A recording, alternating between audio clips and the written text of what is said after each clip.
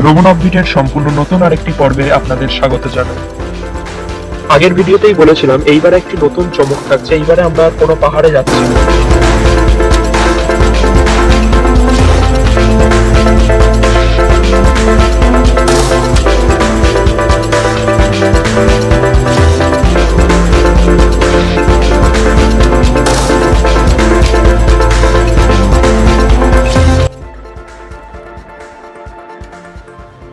আমরা এবারে রওনা দিয়েছি পুরুলিয়া স্টেশন থেকে।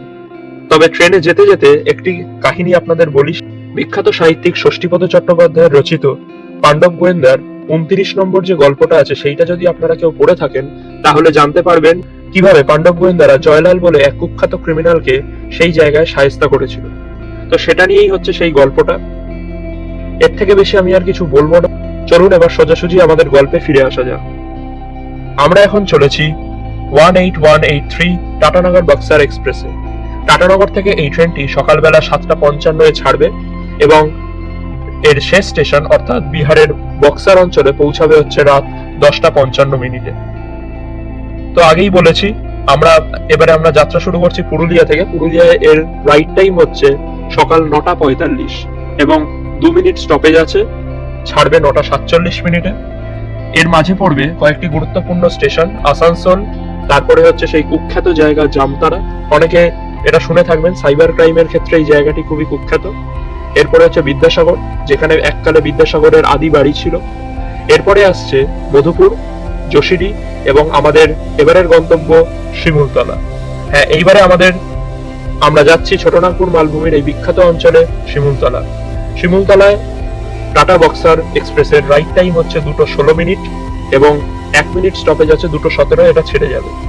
এখন বাজছে বিকেল 4টে, অনেকটাই লেট হয়ে গেছে।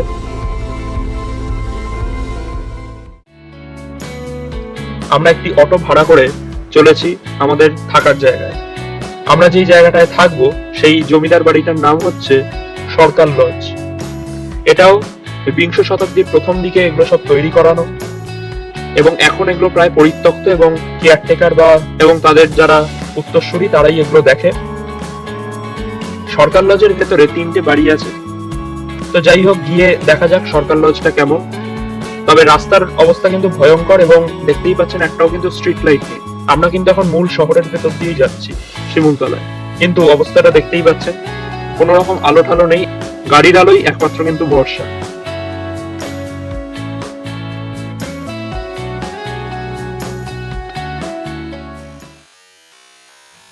আমাদের অটো একটা ফাঁকা মাঠের মধ্যে আমাদের নামিয়ে দিয়েছে। আর আগেই বলেছি এখানে কোনো স্ট্রিট লাইট নেই, চারিদিকে পুরো ঘুটঘুটে অন্ধকার এবং মাঝে মাঝে জঙ্গল। তো সেখানে আমরা 5 জন মিলে দাঁড়িয়ে আছি। আমরা ফ্যামিলি নিয়ে এবারে গেছিলাম। তো অটোওয়ালা বললো এটাই নাকি হচ্ছে সরকার লজ। আর আমরা সামনে দেখছি চারিদিকে ঘন জঙ্গল। সরকার লজটা কোথায় কে জানে। তারপর আমি ফ্ল্যাশ লাইট জ্বালাতে চোখে পড়লো একটি লোহার গেট, প্রাচীন আমলের। তারপরেই চোখে পড়লো এই নাম ফলকটা, এই যে দেখতে পাচ্ছেন সিরকাল লজ লেখা। তাহলে অবশ্য অটোওয়ালা আমাদের ঠিক জায়গাতেই নিয়ে এসছে। যাই হোক, কিন্তু এখানে তো একটি মাত্র টিম করে আলো জ্বলছে আর কোনো চারিদিকে পুরো ঘন জঙ্গল। কেয়ারটেকারের তো দেখাই নেই। একটি দূরে ওই দেখুন ওই লাইটটা দেখা যাচ্ছে। চলুন যাওয়া যাক, দেখি ওখানে যদি কেয়ারটেকারকে খুঁজে পাওয়া যায়। ওই সরকার লজ হচ্ছে ওটাই। আর ওই দূরে ওই কম্পাউন্ডের ভেতরে আরো দূরে একটা লাইট দেখা যাচ্ছে, সেটা এখনো জানি না ওটা কি। এগোনো যাক, দেখা যাক। এই কিছুক্ষণ আগে আমাদের পেছনে একজন ডাকলো, তো বললো সেই হচ্ছে নাকি কেয়ারটেকার। আমরা এই 2 দিন যেখানে থাকবো সেই ঘরটা আমাদের দেখিয়ে দিল। এই যে দূরে দেখুন লাইট জ্বালানো আছে। এইখানে পরপর এরকম 3খানা ঘর আছে, একই রকম দেখতে, যমজ ভাই বোনের মতো। তো এইটা হচ্ছে 1 নম্বর ঘর। এই দেখুন ডান দিকে একটা কুয়ো মতনও দেখতে পাবেন, এই যে কুয়োটা। আর এই যে সোজা এই পথ বেয়ে একদম লাস্টে যে আলোটা দেখুন জ্বলছে, সেইটা হচ্ছে আমাদের ঘর। তো এই 2 দিন আমরা এখানেই থাকবো। আজকে অনেকটাই রাত হয়ে গেছে। এই অন্ধকার রাস্তায় যেতে যেতে আর কোনো গল্প করছি না। কালকে সকালে উঠে শিমুলতলার গল্প বলা যাবে। শুধু প্রথমে একবার ঢুকে ভেতরটা কিরকম সেইটা শুধু আপনাদের একবার দেখিয়ে দিই। বাকি রুমের ভেতরগুলো কালকে আবার দেখাবো। এই যে এই একটা লোহার দরজা ঠেলে এরকম একটা সিঁড়ি মতন করা, এটা হচ্ছে দোতলা বাড়ি, কিন্তু একতলাটা হচ্ছে মানে গোটাটাই পিলার। মানে একতলা সমান পিলার, তারপরে ওপরে হচ্ছে থাকার জায়গাটা, মানে নিচে কোনো তলা নেই। তো এই যে সোজা হচ্ছে ওপরে উঠে যাওয়ার সিঁড়ি, এটাই হচ্ছে মূল দরজা, আর এটার ভেতরে হচ্ছে ঘরগুলো। তো এই অন্ধকারে এখানে ঘরগুলো দেখানো যাবে না, কারণ এখন শুনলাম নাকি ভেতরে কোনো আলো নেই, একটু এখানে আলোর অসুবিধা আছে, মানে বাইরে এটা হচ্ছে ওই কারেন্ট টেনে এনে জ্বালানো হয়েছে। তো যাই হোক, আজকের মতো শুভরাত্রি, শুভ সকাল। অনেক নাম না জানা পাখির কলরবে ঘুম ভেঙে গেল। এখন বাজছে ভোর 7টা। এখন অক্টোবর মাস। কলকাতায় তো এখন ভয়ঙ্কর রকমের গরম, কিন্তু এখানে কিন্তু বেশ একটা ঠান্ডার অনুভূতি মালুম হচ্ছে। সকালবেলা গায়ে একটা চাদর দিতেও হচ্ছিল। ওই দূরে যেটা বাড়িটা দেখতে পাচ্ছেন ওটাই হচ্ছে সরকার লজ।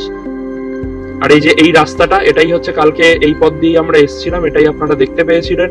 এই যে ডান দিকে দেখুন 3টে এরকম একই রকমের বাড়ি আছে, আর এই যে এই 3 নম্বর যে বাড়িটা, সেটাই হচ্ছে আমরা এখন আছি। এবার একটা ঘটনা বলে রাখি, সেটা হচ্ছে এইটা কোনো হোটেল বা হোমস্টে হিসেবে ভাড়া দেওয়া হয় না, এগুলোকে লিজ নিতে হয়। তো আমাদের একজন আত্মীয় এই বাড়িটাকে লিজ নিয়েছিলেন, সেই জন্য আমরা এখানে এসেছি। তো যাই হোক, বলেছিলাম আজকে সকালে আপনাদের বাড়িটার ভেতরটা একবার দেখিয়ে দেবো, তো চলুন যাওয়া যাক। এই যে কালকে এই সিঁড়িটা বেয়ে উপরে উঠেছিলাম। এখানে হচ্ছে বাথরুম বাদিকটা, আর এই দেখুন এই জিনিসটা আপনাদের দেখাই, এটাকে বলা হয় কুলুঙ্গি, অনেকেই জানবেন। আগেকার দিনে যখন ইলেকট্রিসিটি ছিল না, এই প্রদীপ বা মোমবাতি এখানে রাখা হতো।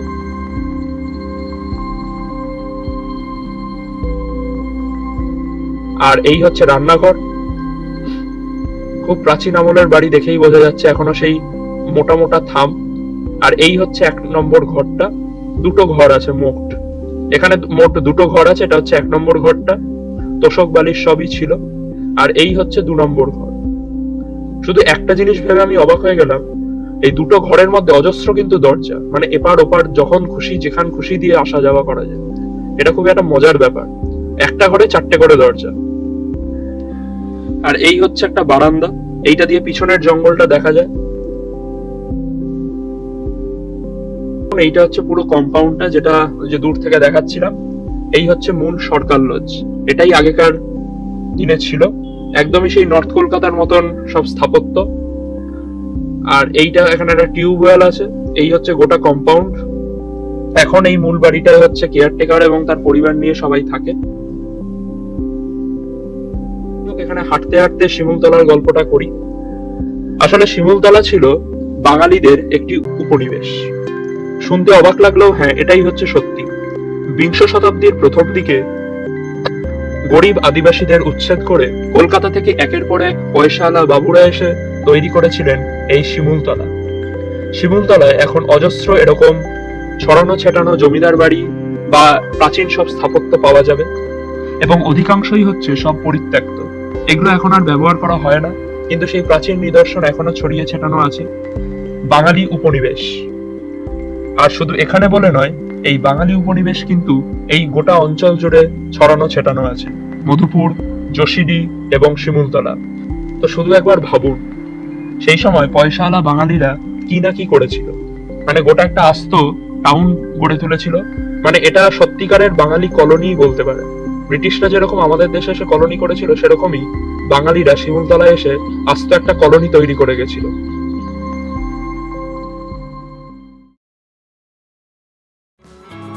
এখন বাজছে দুপুর 12টা।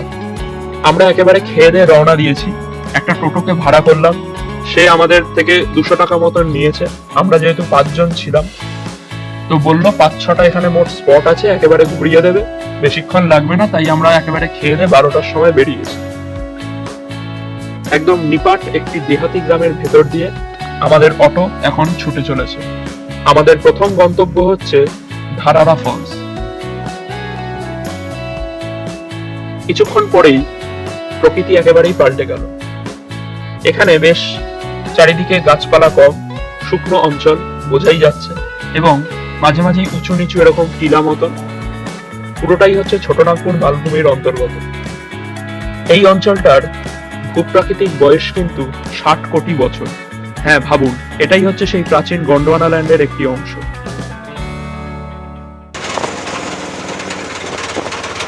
যেতে যেতে রাস্তার অবস্থা খুবই ভয়ঙ্কর হয়ে পড়লো। এই অক্টোবর মাসে গতকাল কিছুটা বৃষ্টি হয়েছিল, তাতেই এই অবস্থা। মাঝে মাঝে আমাদের অটো আটকে আটকে যাচ্ছিল, প্রচন্ড এখানে কাদা হয়ে আছে। তো বলতে বলতেই অটোটা একেবারেই আটকে গেল। ড্রাইভার বললেন যে এখানে নেমে যেতে হবে সামনে, কিছুটা আমাদের হেঁটে যেতে হবে, তারপর আবার উনি অটোটাকে অন্য একটা রাস্তা দিয়ে আনছেন। তো যাই হোক, এখন আমরা নামি। তো এই যে এখন আমরা নেমে গেছি, অটোটা ওই কাদার রাস্তার ওপর দিয়েই চলে যাচ্ছে, এখন একটু হালকা হয়ে গেছে বলে যেতে পারছে। আর আমরা ওই সাইড দিয়েই হেঁটে হেঁটে আসছি। মানে একদম ভ্রমণের শুরুতেই বেশ একদম রোমাঞ্চকর সব ফিলিং, সব রকমের ঘটনাই ঘটে গেল। আর এই দেখুন, যেতে যেতে আরেকটা জিনিস আপনাদের দেখাই। এই যে ডান দিকে দেখুন, পুরো পাকা ধান হয়ে আছে। এখন এই ডান দিকে গোটা অঞ্চলটা জুড়েই সোনালী রঙের ধান হয়ে আছে, মাঝে মাঝে মৃদু হাওয়া দিচ্ছে, বেশ দারুণ একটা জায়গা।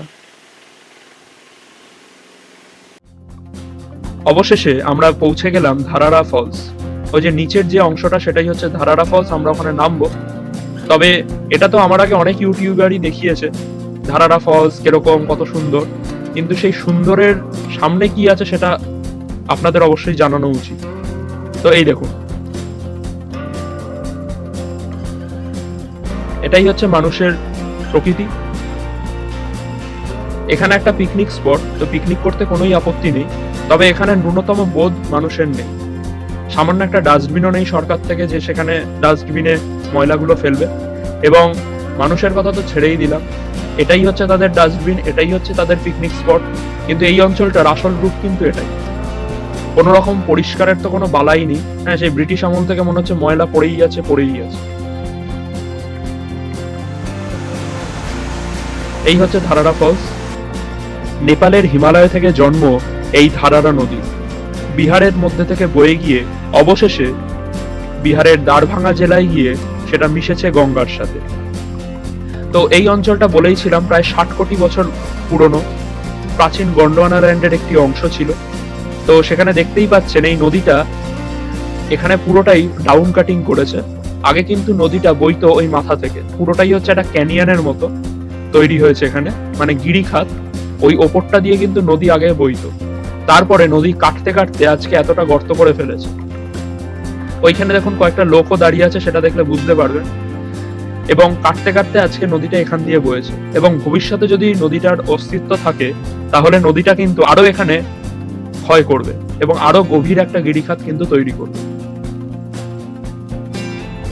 যাই হোক, আমরা এখন নিচে ছিলাম, এবার আমরা উপরে উঠছি। এই সিঁড়ি দিয়েই আমরা তখন নিচে নেমেছিলাম। আর এই যে ওপর থেকে একবার দেখিয়ে দিই, এই হচ্ছে পুরো অঞ্চলটা, একদমই রুক্ষ সূক্ষ্ম অঞ্চল। এখন অক্টোবর বলে একটু গাছপালা হয়েছে, বৃষ্টি টিষ্টি হচ্ছে বলে, এমনিতে পুরোটাই হচ্ছে একদম শুকনো অঞ্চল। আমরা এখন চলেছি আমাদের পরবর্তী গন্তব্যের উদ্দেশ্যে। একটা জিনিস লক্ষ্য করুন, দেখুন পুরো রাস্তাটাই কিন্তু বেশ উঁচু নিচু, প্লেন ল্যান্ড কিন্তু নয়, দূরে ছোট ছোট টিলা আছে এবং রাস্তাটাও বেশ ঢেউ খেলানো। এটাই হচ্ছে মালভূমির একটি বৈশিষ্ট্য। আমরা এখন পুরোটাই মালভূমির ওপরে আছি।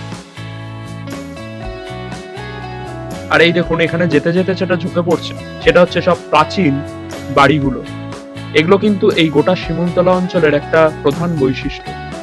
চারিদিকেই এরকম বাড়ি ছড়ানো ছেটানো আছে, বেশিরভাগই হচ্ছে পরিত্যক্ত, আর না হলে বেদখল হয়ে অন্য কেউ এখানে এখন থাকছে। এখন বাজছে বিকেল 3টে। আমরা পৌঁছেছি লাট্টু পাহাড়ে। শিমুলতলার অন্যতম প্রধান আকর্ষণ হচ্ছে এই লাট্টু পাহাড়। দূর থেকেই লাট্টু পাহাড়কে দেখলে মনে হবে অনেকটা উল্টানো একটা লাট্টুর মতো। তো সেইখান থেকেই এই পাহাড়টার নাম। এখানে পাহাড়ে ওঠার জন্য বেশ সিঁড়ি মতন করা আছে, তো সেইটা ধরে আমরা এখন পাহাড়ের মাথায় উঠছি। এটা ঠিক পাহাড় নয়, এটাকে আসলে বলা উচিত একটা টিলা। এই পাহাড়ের উচ্চতা হচ্ছে 300 মিটার, অর্থাৎ প্রায় 1000 ফিটের কাছাকাছি। এখানে চারিদিক জঙ্গল। এর মাথায় নাকি একটা মন্দির আছে, তবে মন্দির দেখা আমাদের প্রধান উদ্দেশ্য নয়। আমাদের প্রধান উদ্দেশ্য হচ্ছে প্রকৃতিকে উপলব্ধি করা। এই দেখুন, পেছনে কিন্তু খুব সুন্দর গোটা অঞ্চলটা দেখা যাচ্ছে। এই দেখুন, পুরো অঞ্চলটাই কিন্তু টিলা এবং পাহাড়ে পরিবেষ্টিত। ভূপ্রাকৃতিক দিক থেকে বেশ গুরুত্বপূর্ণ একটি এলাকা। উত্তর দিকটা হচ্ছে শিবালিক হিমালয় এবং পশ্চিম দিকটা হচ্ছে ছোটনাগপুর মালভূমি। এই দেখুন দূরে এখান থেকে কিন্তু রেল লাইন দেখা যাচ্ছে, ওখান দিয়ে একটা ট্রেন যাচ্ছে সেটাও দেখতে পাচ্ছি। ওই যে দেখুন, ক্যামেরায় কতটা আসছে জানি না, ওইটা হচ্ছে শিমুলতলা স্টেশন। এখান দিয়ে পরিষ্কার পুরোটা দেখা যাচ্ছে। হ্যাঁ, আর এই যে একটু যদি আমরা ডান দিকে যাই ক্যামেরাটাকে নিয়ে, তাহলে আমরা যেটা দেখতে পাবো সেটা হচ্ছে শিমুলতলা রাজবাড়ি। এই রাজবাড়িটার কিন্তু বেশ একটা চমৎকার ইতিহাস আছে, তো সেইটা যেতে যেতেই গল্প হবে। চলুন আগে ওই সামনেটায় যাওয়া যাক, আমরা আবার অটোয় উঠি, ওই সামনেটায় গিয়ে গল্পটা বলছি।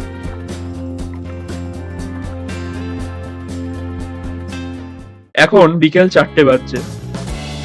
ওই লাট্টু পাহাড়টায় আমরা ছিলাম, তো সেখান থেকে ওই রাস্তাটা ধরে দূরে যেই রাজবাড়িটা দেখা যাচ্ছিল সেখানেই আমরা এখন যাচ্ছি। তো রাজবাড়ি সম্পর্কিত যে গল্পগুলো সেটা ওখানে গিয়েই করা হবে, তো চলুন যাওয়া যাক।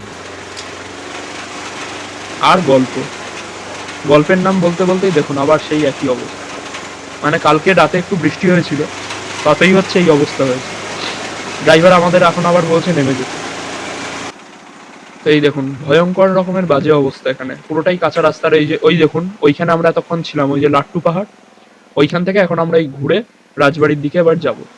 ওই যে দূরে ওইটাই হচ্ছে লাট্টু পাহাড়। এইবারে আপনারা বুঝতে পারবেন, দেখুন একদমই উল্টানো লাট্টুর মতন দেখতে। তো এইবারেও সেই একই অবস্থা, অটোটা আমাদের আগে চলে যাচ্ছে, এরপর আমরা আবার অটোতে উঠছি। ঘড়িতে এখন বিকেল 4:30। আমরা পৌঁছে গেছি। এইবারে আমাদের এই ভিডিওর বা আমাদের ভ্রমণের প্রধান আকর্ষণ শিমুলতলা রাজবাড়ি। তবে রাজবাড়ির ইতিহাস বলার আগে এই জিনিসগুলো আপনাদের দেখিয়ে দিই। গোটা অঞ্চলটাই কিন্তু আগে পাঁচিল দেওয়া ছিল, এসব প্রাচীন ইটের সব স্থাপত্য চোখে পড়ছে। আর এই হচ্ছে শিমুলতলা রাজবাড়ি।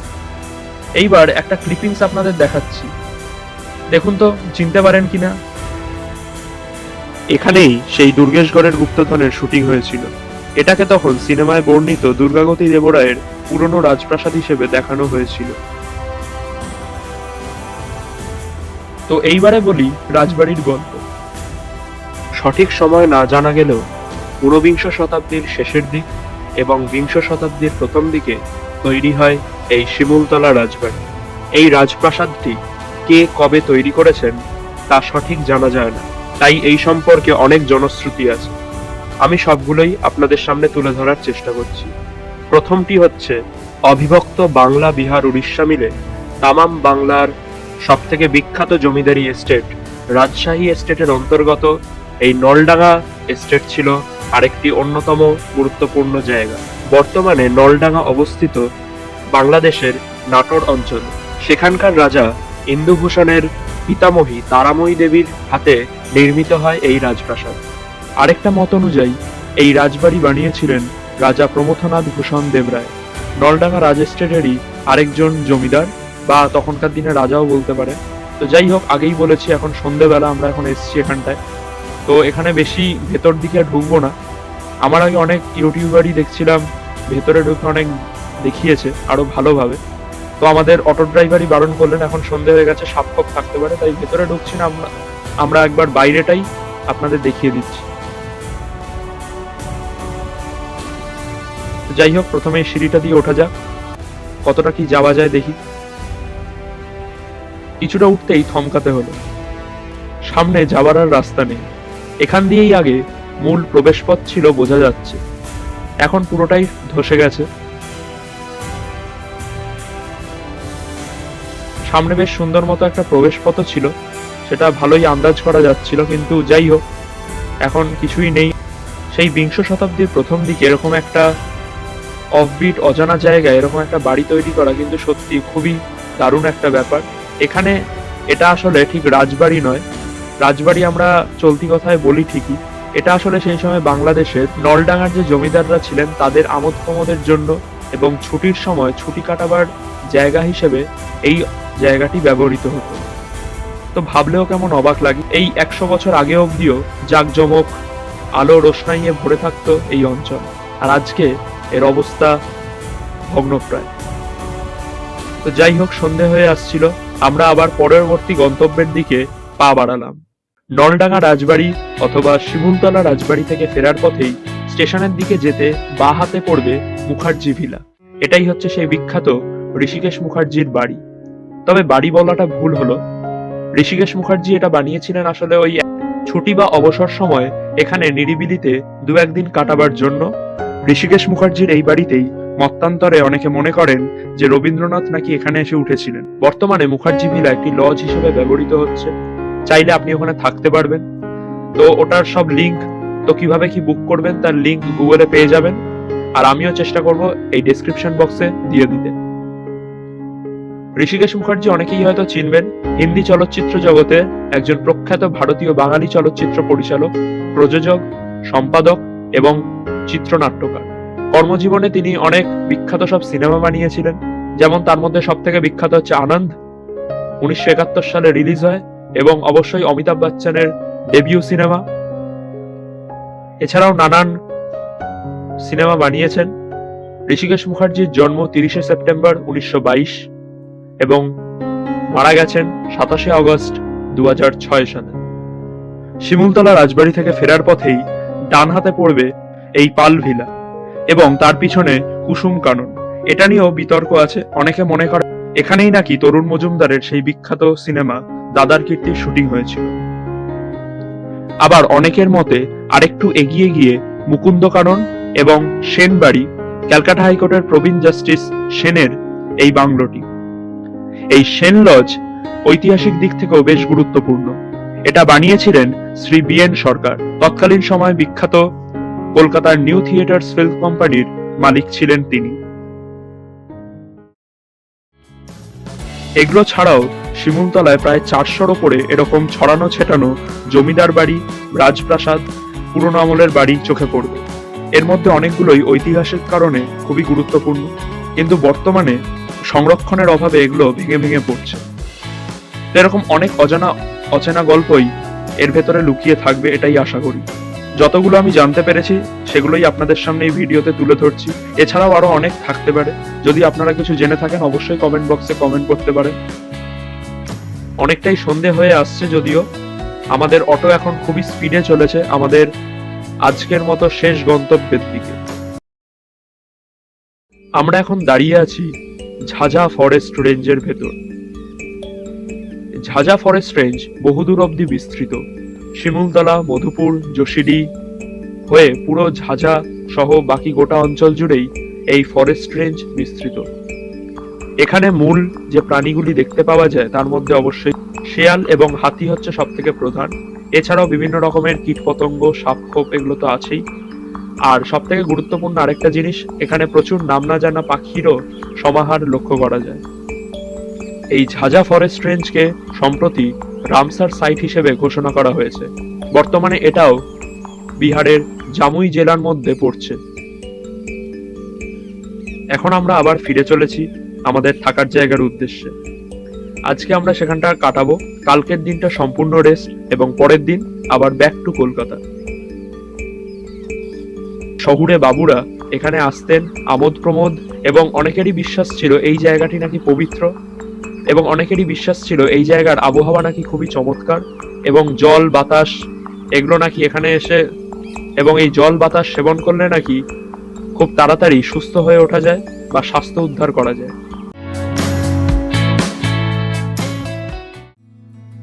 এখন বাজছে বিকেল 6টা। আমরা এসে বসেছি শিমুলতলা বাজারের একটি চায়ের দোকানে। এটা স্টেশনের একদমই কাছে একটা চায়ের দোকান। স্টেশন থেকে বেরিয়ে যেদিকে শিমুলতলা রাজবাড়ি আছে সেই রাস্তায় গিয়েই বাঁ হাতে এই দোকানটি পড়বে। তো এখানে চা খুবই সুন্দর ছিল। এই হচ্ছে দোকানটা, একেবারেই ছিমছাম একটি গ্রাম্য দোকান, খুবই ভালো লাগলো। যাই হোক, এইবারে আমরা এখানেই কাছে পিঠে কোনো একটা খাবারের দোকানে খেয়ে নিয়ে আবার আমাদের যে থাকার জায়গা সেখানে ফিরে যাব। যাই হোক, আজকের মতো শুভরাত্রি, শুভ সকাল। আজকে আমাদের শেষ দিন। আমি এখন বেরিয়ে পড়েছি আমরা যেখানে ছিলাম, অর্থাৎ সরকার লজের বাইরের রাস্তাটায়। এমনি একটু হাঁটছিলাম, তবে হাঁটতে হাঁটতে কয়েকটা কথা মনে পড়লো, তাই আপনাদের সাথে শেয়ার করছি। গত কয়েকদিন ধরেই আমরা শিমুলতলার কথা বলেছি, এখানে নাকি জল বাতাস খুবই ভালো। তো আমরাও সেটা কিন্তু চাক্ষুষ এবং উপলব্ধি করলাম। গতকাল থেকে আমরা একেবারে সম্পূর্ণ লোকাল জল খেয়েছি, কোনো রকম প্যাকেজ ড্রিঙ্কিং ওয়াটার কিনে খাইনি। তো দেখলাম কোনো রকম অসুবিধা তো হচ্ছেই না, উল্টে খুব তাড়াতাড়ি হজমও হয়ে যাচ্ছে এবং কোনো রকম অম্বল ঠম্বলেরও কোনো ব্যাপার নেই এবং খুব তাড়াতাড়ি খিদেও পাচ্ছে। এই রাস্তাটায় কিছু দূর গেলে রেল লাইন পাওয়া যায়। এবারে কিছুটা এগোলেই এই সরকার লজের পিছন দিক দিয়ে একটা ছোট পায়ে হাঁটা রাস্তা আছে। সেই রাস্তাতেই আমরা এখন একটু ঢোকার চেষ্টা করছি। এখানে পুরো অঞ্চলটা জুড়ে এরকম ছড়ানো ছিটানো জমিদার বাড়ি চোখে পড়বে। তো সেই শিমুলতলার সেই প্রাচীন ঐতিহ্যের কিছুটা আভাস পেতে আমরা এখন চলেছি শিমুলতলার ভেতর দিকটায়।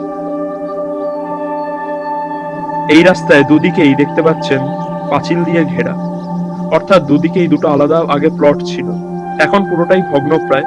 চারিদিকে সুউচ্চ প্রাচীন গাছের সারি, আর তার মাঝে মাঝে উঁকি মারছে এরকম দু একটা জমিদার বাড়ি। সব মিলিয়ে বেশ একটা পুরনো পুরনো রহস্যময় ভাব। এই বাড়িটা আমাদের চোখে পড়লো এগোতেই। এখানে সব বাড়িরই হয়তো কোনো একটা প্রাচীন ইতিহাস জড়িয়ে থাকবে। এই বাড়িটার যে আমি নাম দেখতে পাচ্ছি ভোলা কুঠি, সেই বিংশ শতাব্দীর প্রথম দিকে কোনো এক বাঙালি বাবু হয়তো শখ করে নিরিবিলিতে দু একদিন কাটানোর জন্য এইসব বাড়ি বানিয়েছিলেন।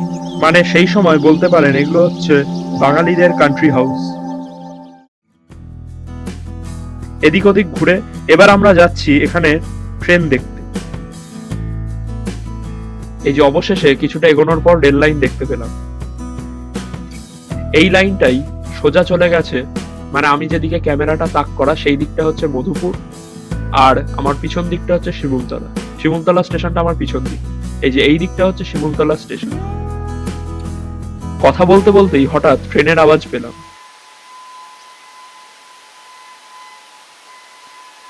এই যে অবশেষে সেই ট্রেন দেখা গেল। এখন বাজছে সকাল 1টা। আমাদের সামনে দিয়ে এখন পাস করছে 12304 পূর্বা এক্সপ্রেস ভায়া পাটনা। এটার অবশ্য শিমুলতলাতে স্টপেজ নেই, ডিরেক্ট এটা ঝাঁঝা থেকে আসছে, সোজা আসানসোল হয়ে এটা চলে যাবে হাওড়ার উদ্দেশ্যে। যাই হোক, ট্রেন দেখাও হলো, সবই হলো। এই ভ্রমণের 16 পালাই পূর্ণ। এইবার আমাদের ফেরার পালা।